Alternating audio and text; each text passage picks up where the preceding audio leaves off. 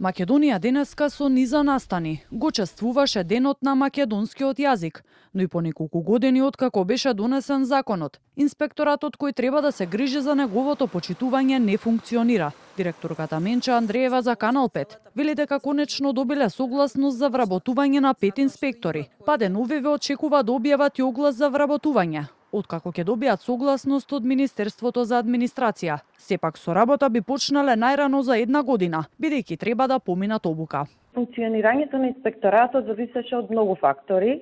По подготвената документација ние конечно стигнавме до целта, мислам дека тоа е многу важно. И дека набрзо ќе имаме вработување на инспектори, така што инспекторатот ќе функционира. Во меѓувреме од Институтот за македонски јазик Крсте Мисирков порачаа јазикот да се негува и преку доследна употреба на кирилицата, особено во време кога латиницата се почесто се користи при дигиталната комуникација. Нашата порака е до сите граѓани на Македонија, особено до вас најмладите генерации, да пишуваме со кирилица, како што пишуваат нашите родители, нашите баби и дедовци, како што пишувале нашите борци за слобода. Честитки упатија и повеќе представници од државно-политичкиот врв.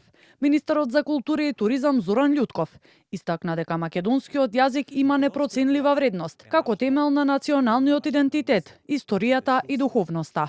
Веќе 4-та година поред, преку видео порака честитки за денот на македонскиот јазик, испрати и британскиот амбасадор во земјава Метју Лосон.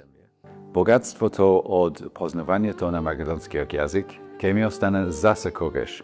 Кај го носам со себе, читајки ги предводите на Вилијам Шекспир од Драги Михайловски, слушајки македонски песни и користејки го јазикот во секоја прилика. Честит ден на македонскиот јазик!